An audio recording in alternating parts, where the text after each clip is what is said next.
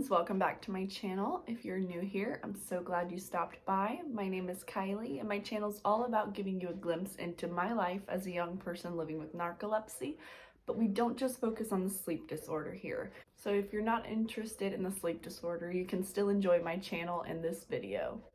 If you haven't already, please take a moment to subscribe below as it helps support my growing channel and I would greatly appreciate it. Now, if you would like more information on narcolepsy, you can head on over to my Breakdowns of Narcolepsy playlist where I break down different parts of it in very easy to understand terms.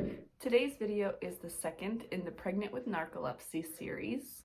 There are no human studies done for women who are narcoleptic, continuing their treatment, and are pregnant, which leaves women to decide for themselves if they're going to continue treatment or not. I started this series to share my experience as someone who did decide to continue their treatment during pregnancy.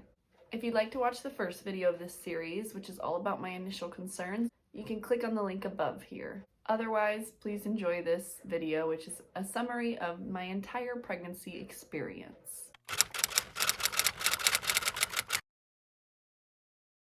I've always been somebody who saw having children as something I could live with or without. I knew I'd be a great mom if I ever was to become one, but I was never that person who was trying to hold everyone's babies, had baby fever, and who just dreamt of being a mom over everything. Also, part of me thought I could never become pregnant anyways because I've been in the hospital twice due to tampons. One of the times, the doctor, she told me, and I can't remember exactly how she worded it, but it was something along the lines of you could be sterile or you may be sterile already because of this. Basically, in a nutshell, what happened was I went to go take out my tampon at the very end of my period one time, and literally like a little sliver of the tampon, like I guess cotton or whatever it's made out of, stayed in there because it was so dry at the end. So when I pulled it out, I guess a little part of that stayed in there. I didn't even notice. A few days later, I'm in excruciating pain in my stomach, and I'm not really very weak when it comes to a pain tolerance.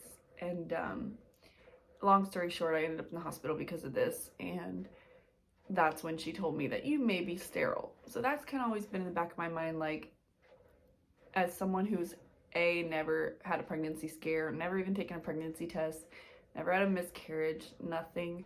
Also having that in the back of my mind that I could be sterile made me always think I probably couldn't have kids anyways. Fresh out of high school, 10 years ago now, I was in a relationship, but we were so young. It lasted about 5 years, and pregnancy was never a thing we thought about because we were just too young. And then I became single, and I was single for about 4 years. And obviously, kids were not on my radar then, being single, and it wasn't until I met my partner now that even became an idea. Obviously not when we first got together, we were just learning each other. We were both in the same place where, like, if it ever happened, we'd be excited to be parents, and if it never happened, then it just wasn't meant to be. We were not gonna put pressure on it or anything like that. I will note that I am someone that has a very regular cycle. I am never more or less than 2 days early or late every month, depending on the amount of days of the month. I even tracked it on that Flow app, and so if I was late more than that or early, then it would maybe be a concern. One Friday evening in January of this year, 2022, Nate, I, and 2 couples who we're good friends with went out for dinner for one of our friends' birthdays, and then we went around downtown bar hopping afterwards. While we were at the restaurant, I remember us girls went to the restroom together as females do, and we were talking about how it was a few days late, and one of my girlfriends, Amanda, said, I should have brought you a test, and I was like, yeah, right, like, I'm not pregnant, no need. After that, we continued on with our night as we planned, and I didn't think about it again. That very next day was a Saturday, of course. It was my first hair appointment to get my extensions put in, and I remember feeling like I had a little bit of a cold that day, but I didn't think much more of it than that. That Sunday, I went to lunch at a Mexican restaurant with my mom, and by that point I was like 6-7 days late on my period, and something told me, like, just take a test. So I ordered one to pick up at Target on my way to lunch with my mom. I go pick it up, I shove it in my purse, I go in the restaurant, my mom and I are waiting for our food, and I decide, let me go to the bathroom and take this now. Mind you, I didn't tell anyone that I was doing this. And I go to the bathroom, and of course it happens to be only 2 stalls, neither of them actually locked. So here I am sitting on the toilet, holding my pregnancy test in one hand, trying to hold the door with the other hand so no one comes in. And I'm not gonna lie, I did not take the time to read this pregnancy test, and I've never taken one. But I thought, how hard could it be, you know? Typically, it's just, if there's 2 dark lines, then you're pregnant. Cool. So I took this test, and as someone with 20/20 vision, I could have swore it was 1 line, maybe a hint of another one, but almost like not enough to where you would think it's positive. So I go back to lunch with my mom and carry on with the day as planned. That Monday was January 17th, I believe, because it was Martin Luther King Jr. Day and my office was closed, so we were off. Nate went to work that morning, and me and Amanda had been talking about this. Nate knew I was late, and Amanda was cracking me up. She's at work and she's like, oh my God, go take a test. I'm like, okay. So I go to Target. It's like 8 a.m. and I'm driving home, and she's so anxious. Like, if she's the one finding out she's pregnant, she's like, oh my God, I need to know. Like, I'm so anxious. I'm at work. I can't even focus.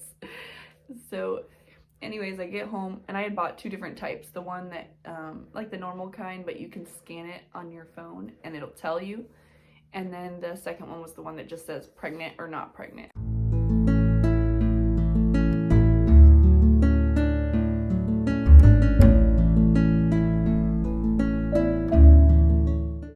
Side note, Amanda and I were supposed to go shopping that day around noon for a new outfit for me for a concert I was going to. But after I got the positive pregnancy test, I was like, okay, I need someone other than a $7 Target pregnancy test to tell me if I am or not. So I went to a women's pregnancy center near where I live and got an actual test done through them. Positive, cool. And Nate and I were both in shock, but we were both excited. We were just like cautiously excited because it's so early, you know. I think I was only 5 weeks at the time, so it was like exciting, but like you never know what can happen. That afternoon, Amanda actually didn't end up getting off work in time. It just was really busy, so I decided I was gonna go shopping by myself. By the time I got back from the women's pregnancy center, I started feeling like sick or sicker. Remember, I had said I felt like I had a cold that Saturday. Well, then I felt like really bad, and one of my girlfriends was like, come take a COVID test, so I did. And y'all, I tested positive for the second time that day, but this time for COVID. So in the same day I found out I was pregnant and I had COVID. Nate and I planned on keeping this a secret from our family, other than like a couple close friends, just until we were like out of the danger zone. I know things can happen throughout the whole pregnancy, but you know, to at least get out of the first trimester. However, there was a little flaw in our plan, and that was because I had COVID and I was pregnant. I've had COVID before. I knew what to do just having that alone, but what do you take when you're pregnant for COVID, you know? Now, Nate's mom is a nurse practitioner, so who better to ask than her? I didn't have health insurance at the time by choice, and I wasn't going to pay $200 to $300 to go to a doctor just for them to tell me what to take. So we did end up telling her early on. She was excited. I remember she even said on the phone that she would scream with excitement, but she was in front of people at work at the time. After that, I did have guilt about not telling my mom if Nate's mom got to know, so I told her soon after, and I swore them both to secrecy that they could not tell a soul until we were ready.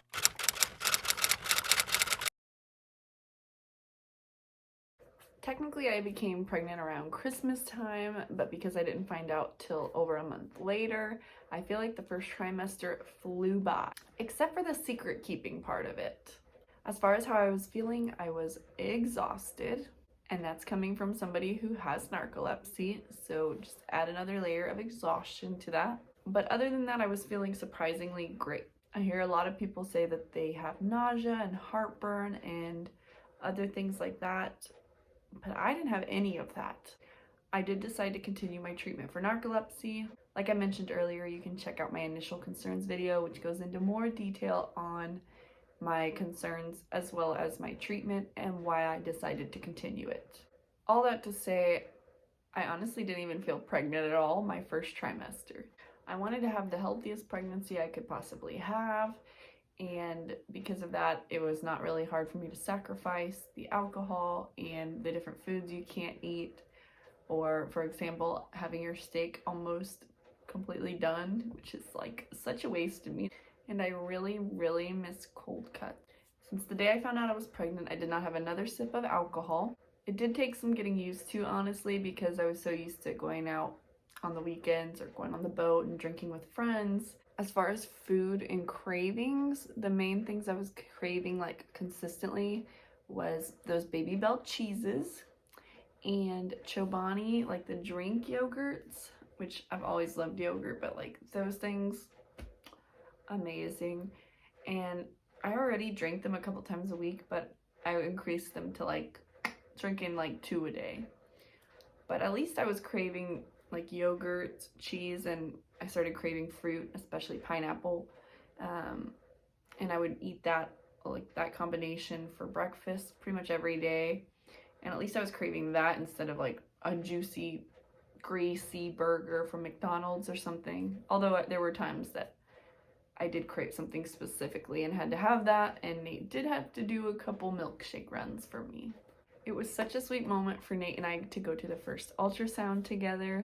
We saw our little tadpole together and his or her heart beating, and he or she was just dancing around like crazy. It was like amazing to even see that, and it made it so much more real for us.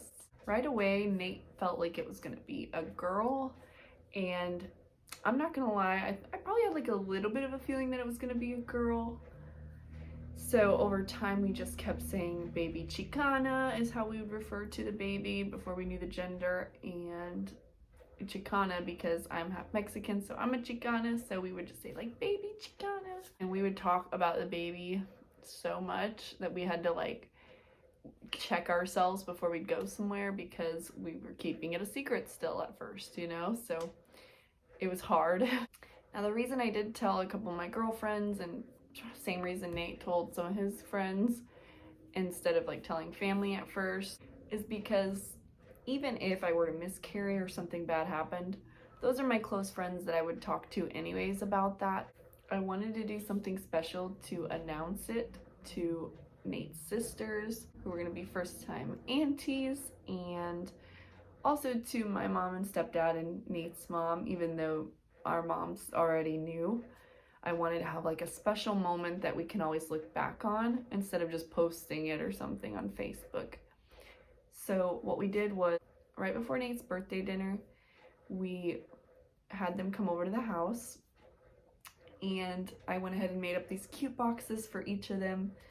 And for his sister, since they were the ones that really didn't already know, inside, when you'd open the box, the inside of the lid said, "You're being promoted from dog auntie to human auntie." And then I just put a couple cute things in there, and they screamed with excitement. I will never forget that. For some reason, I was so nervous to tell them. I don't know why, but they were ecstatic. So that was great. And I got a cute little cup made for Nate's mom that says Nana, because that's how she wants to be referred to. And for my mom and my stepdad, they're going to be referred to as Mama and Pawpaw.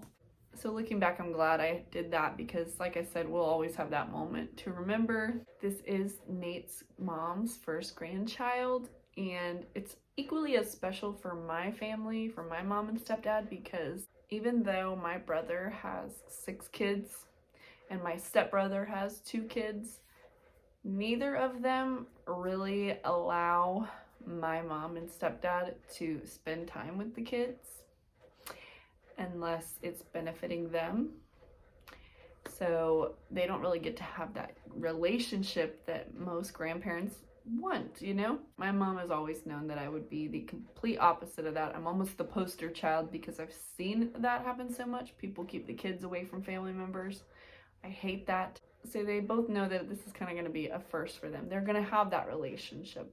As far as the announcement of the pregnancy goes, I took advantage of my best friend Adam's photography skills, and we literally just took an iPhone. We met up in Clearwater.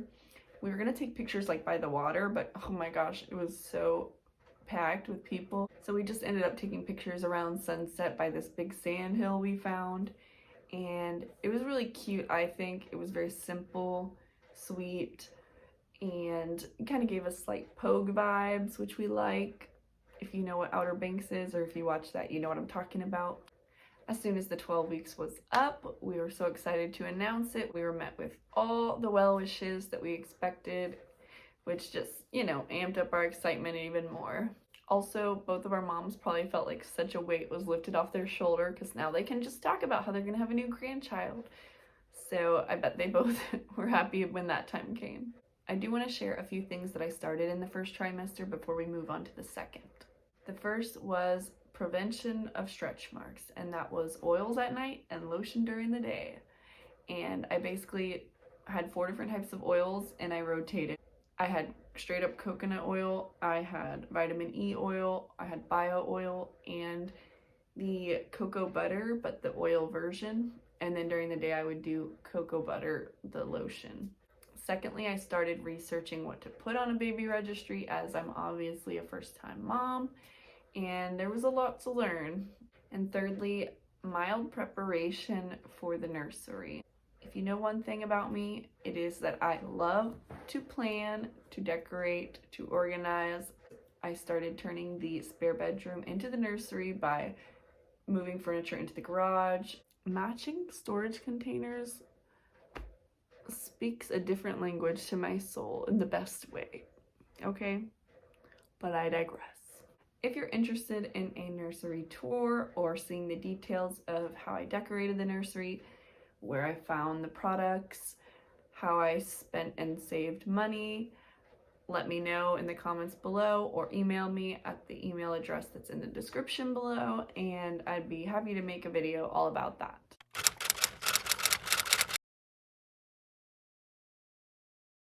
The second trimester came with a sense of relief, knowing that we were kind of out of the danger zone, although I know that things can happen throughout the entire pregnancy, so I am not oblivious to that. Also brought forth some exciting changes and things to look forward to. I did notice right away that the energy that I was lacking in the first trimester came back full force. I did start experiencing some stomach aches here and there, but I bought these tummy drops from Amazon. They're like ginger, and they helped right away. I will link those in the description below as well in case you want those in your life. Of course, I did start to gain a noticeable amount of weight, and because there was a period of time where I didn't really look pregnant, I just kind of looked like I let myself go, I was actually happy to gain enough weight to where you could tell that I was pregnant. A lot of people told me wear leggings, but I did wear leggings for like 3 or 4 days in a row. By like the 3rd day, I felt like I was getting a UTI, so I quickly was like, nope, I'm going dress shopping.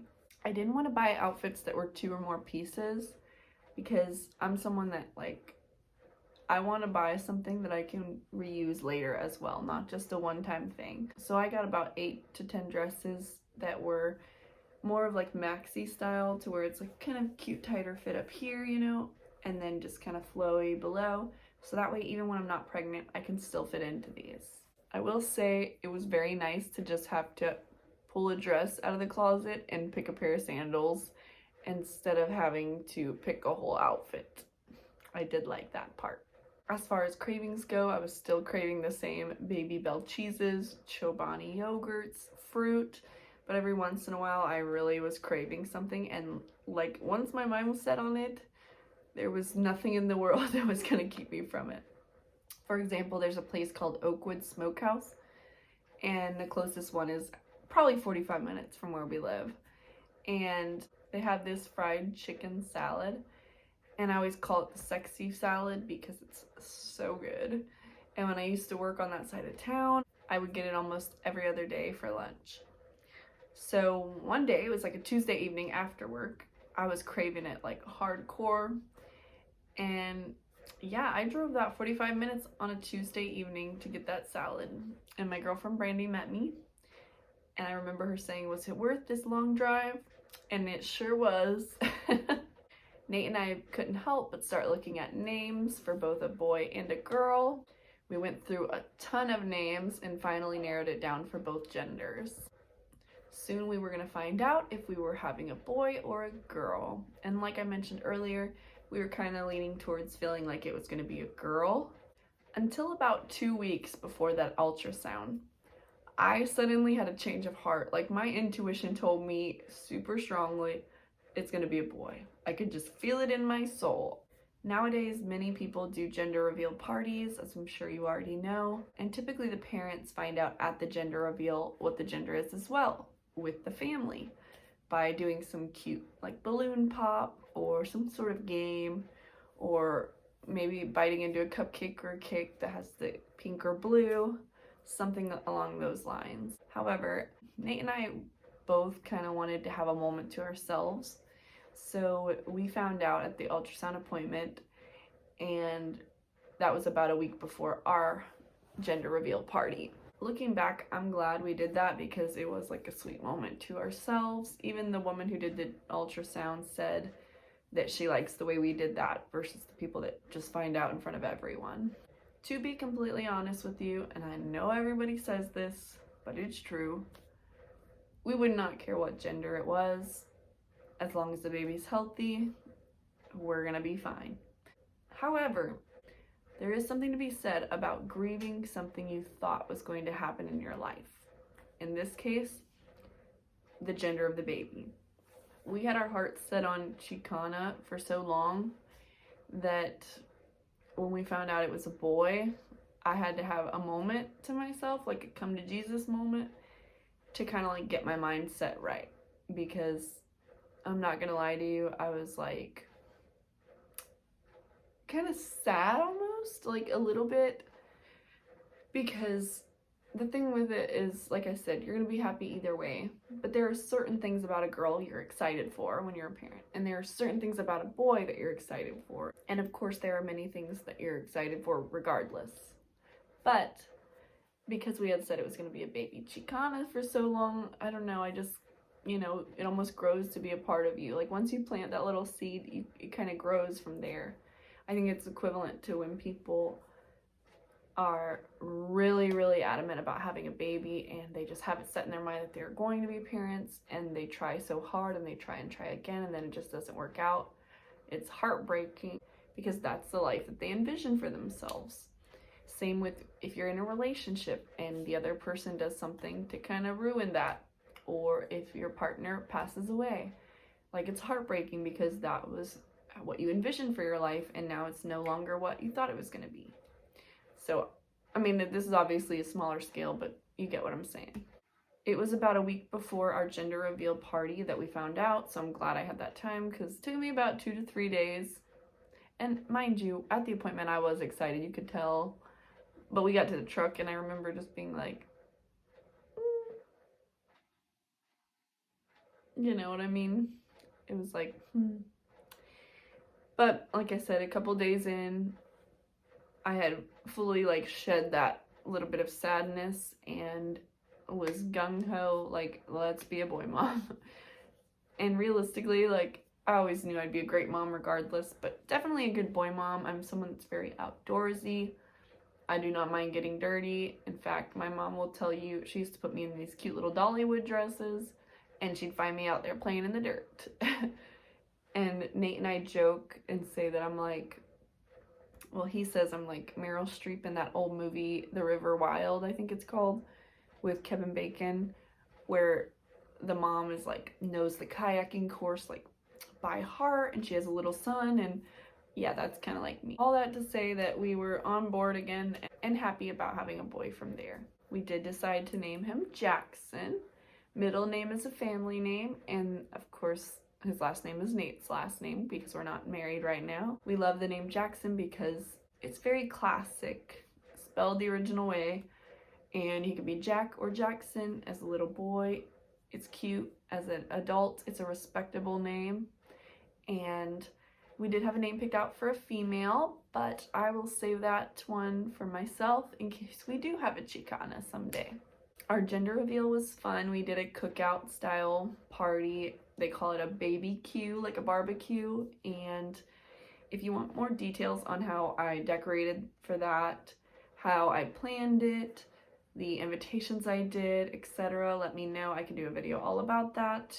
Like I said, you know, I love planning and decorating and all of that fun stuff.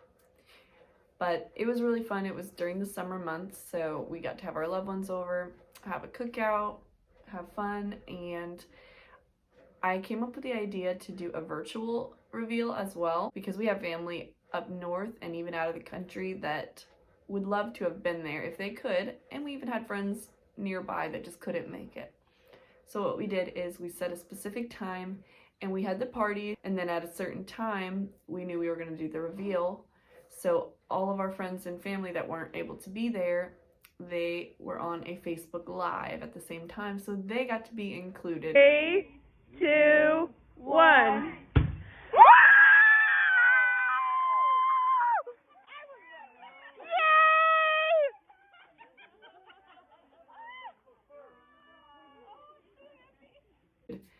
So if I could suggest anything for your gender reveal, that's what I suggest for those family members that can't be there, because they got to be included and it was just so much fun.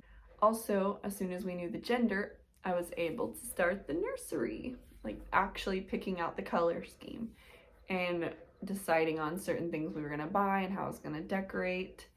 And of course, that was more and more exciting for me. During this trimester, we were very much homebodies. Where Nate and I are very much lake rats, people that want to be anywhere where the water is, doing something outdoors or going out. And so this summer, because being pregnant and being in Florida heat, I felt miserable. But regardless, we did enjoy our summer. We got to spend more time with our pups. We got to spend more time with his sisters. And so we got to become a lot more close, and that was really cool. And then we just kind of replaced, instead of going bar hopping, we just did more dinner dates with our friends. Instead of going to the lake or going kayaking and things like that, we kind of replaced it with going to a friend's house and going to the pool. We did end up going on a baby moon. For those of you not familiar, this is basically like a honeymoon, but for a baby, and you do it like before the baby comes. Basically, I wouldn't say it's a last hoorah, because we both know that we have moms that are going to be like pushing us to go do stuff so they can watch the baby. So it wasn't like a last thing for us, but we were like, we will take a vacation for whatever reason you want to come up with. So we were planning a baby moon, and we were going to just do like a long weekend, but then Nate wanted to do a whole week. So we ended up doing like what I call a pre-baby moon. And that was like the long weekend, and then a full baby moon, which was like a week long. I did make vlogs for both of these trips, so they are on my channel if you want to check those out. Gives you a little glimpse on what we did. And lastly, as far as this trimester, I was able to complete the baby registry after doing lots of research, comparing products, reading reviews, etc. Like I mentioned, I am not someone that likes to throw money away, so I wanted to find products that were useful, that are smart, like easy to clean, etc. Things that would last long, things that were good products, but not the most expensive thing and not a piece of crap, so to speak. You know what I mean? I'm not someone that's like, I have to have name brand everything, but I wanted somewhere in the middle. So having that registry done was great, because then it was time for me to start planning the baby shower.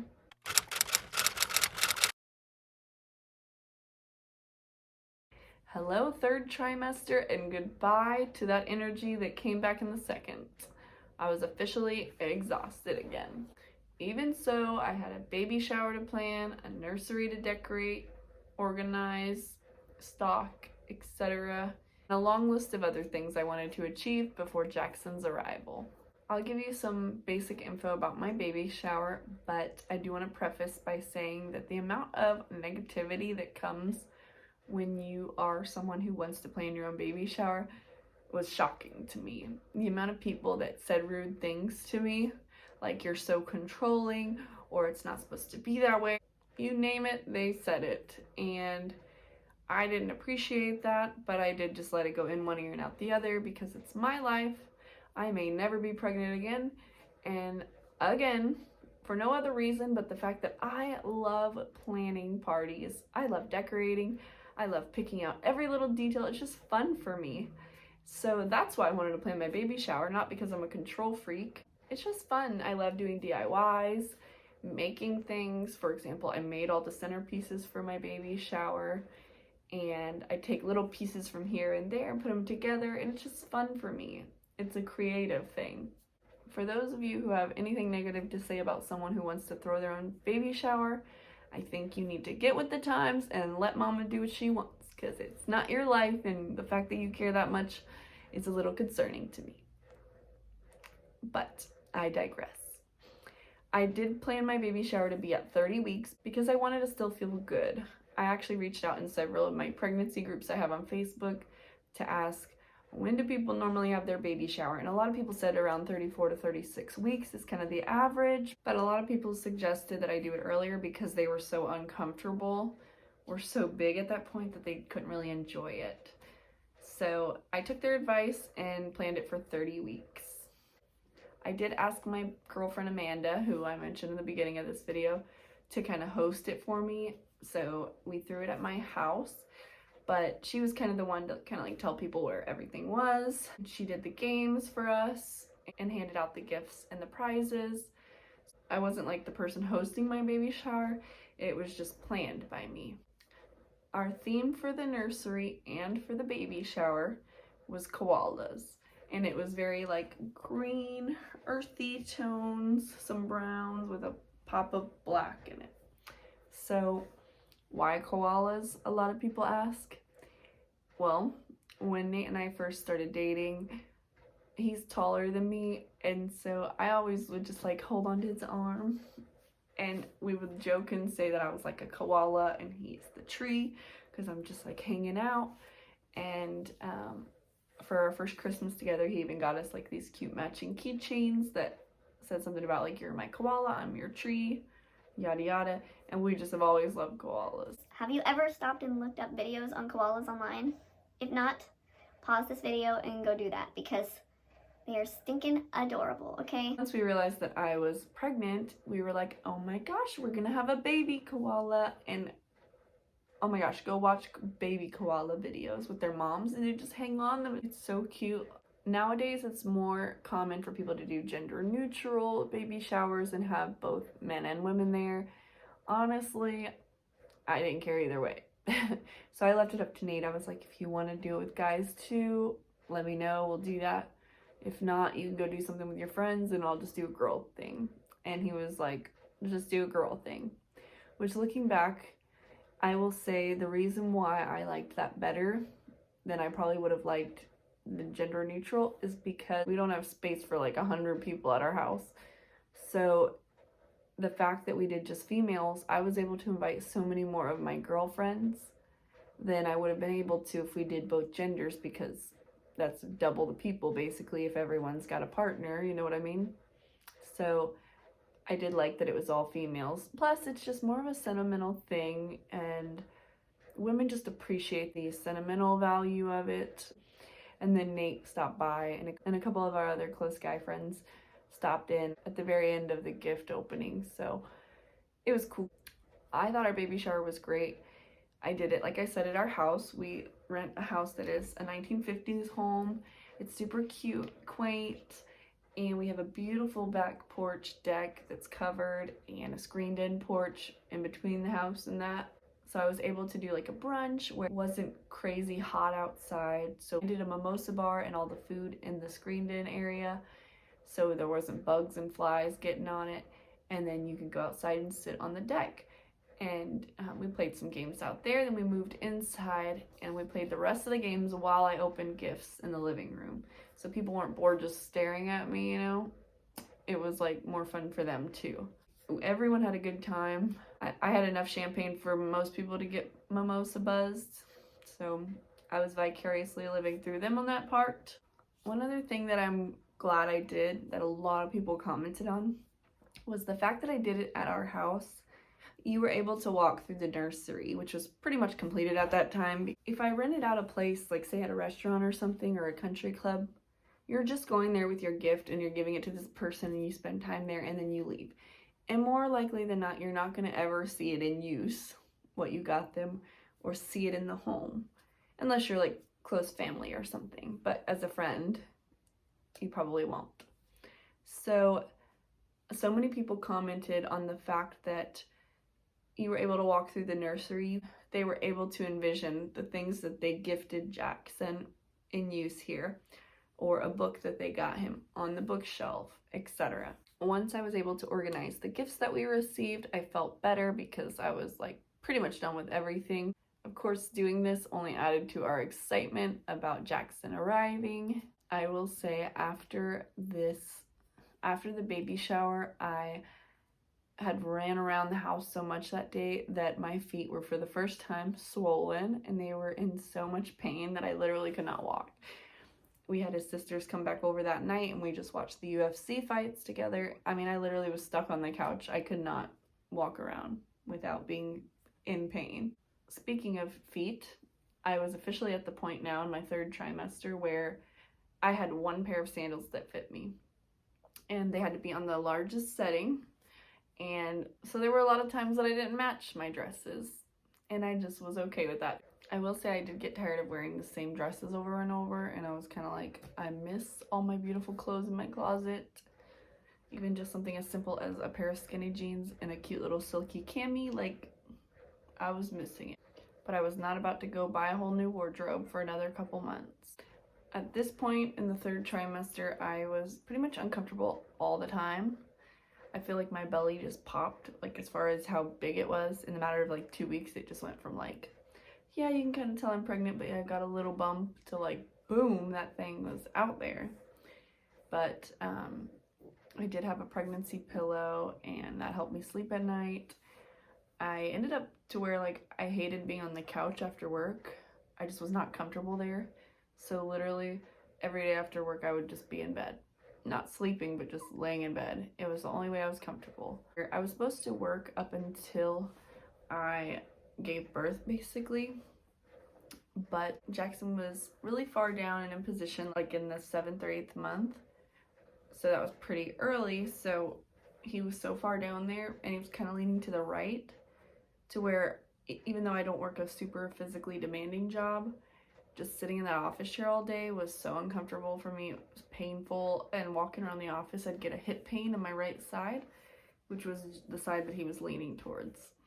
Now, like I said, I was supposed to work up until I gave birth, but on September 7th, which was a Wednesday, I went to my weekly doctor's appointment, and I still had about a week and 2 days left to work until my due date, and I just decided to listen to my intuition because after my doctor's appointment that evening, I just knew I did not want to go back to work. It was getting so hard. Like, I was just drained mentally, emotionally, physically. Like, honestly, we had done so much prepping for me not being there for maternity leave that I wasn't doing much anyways. I was just kind of doing like the very little things that realistically, like if I didn't do any more of that until I left, the roof's not gonna cave in, sort of thing. So I was just like, I can't. So I reached out to my supervisor. She said that's fine. So that was my last day, September 7th, which was a Wednesday. September 8th was a Thursday, of course, and it was my first day home for basically maternity leave. So I was like, okay, I was just nesting some more, getting things ready, and I had already had my hospital bag all packed. I do have a video about what I packed for the hospital if you want to check that out, and I will be doing a video about what I actually found useful since being there. So stay tuned for that if it's not already there. I was just nesting at this point, even though I should have just been sitting still because my feet were swollen constantly at this point.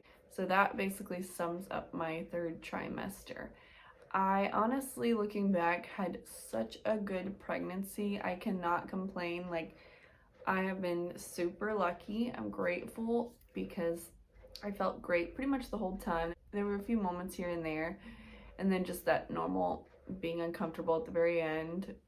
And other than that, the baby was healthy throughout the whole pregnancy. I was healthy. I couldn't really complain. And I did have one last concern before going into labor, which was because I have narcolepsy, my cataplexy I thought might be an issue if I'm feeling really stressed or like having contractions. And you can check out my symptoms video if you want to know what cataplexy is. So I did speak to my doctors about this, and they both seemed to think it wouldn't bother me, but I had heard from a lot of people in my narcolepsy groups that either it didn't bother them or they just had their doctors give them the epidural sooner just as a precaution. So that's kind of what I plan to do. That's all for today's video. Stay tuned for the next episode of this Pregnant with Narcolepsy series, which will be my birth story. If you liked this video, please give it a thumbs up and subscribe. Other than that, I will see you in the next video. Thank you for watching. Bye.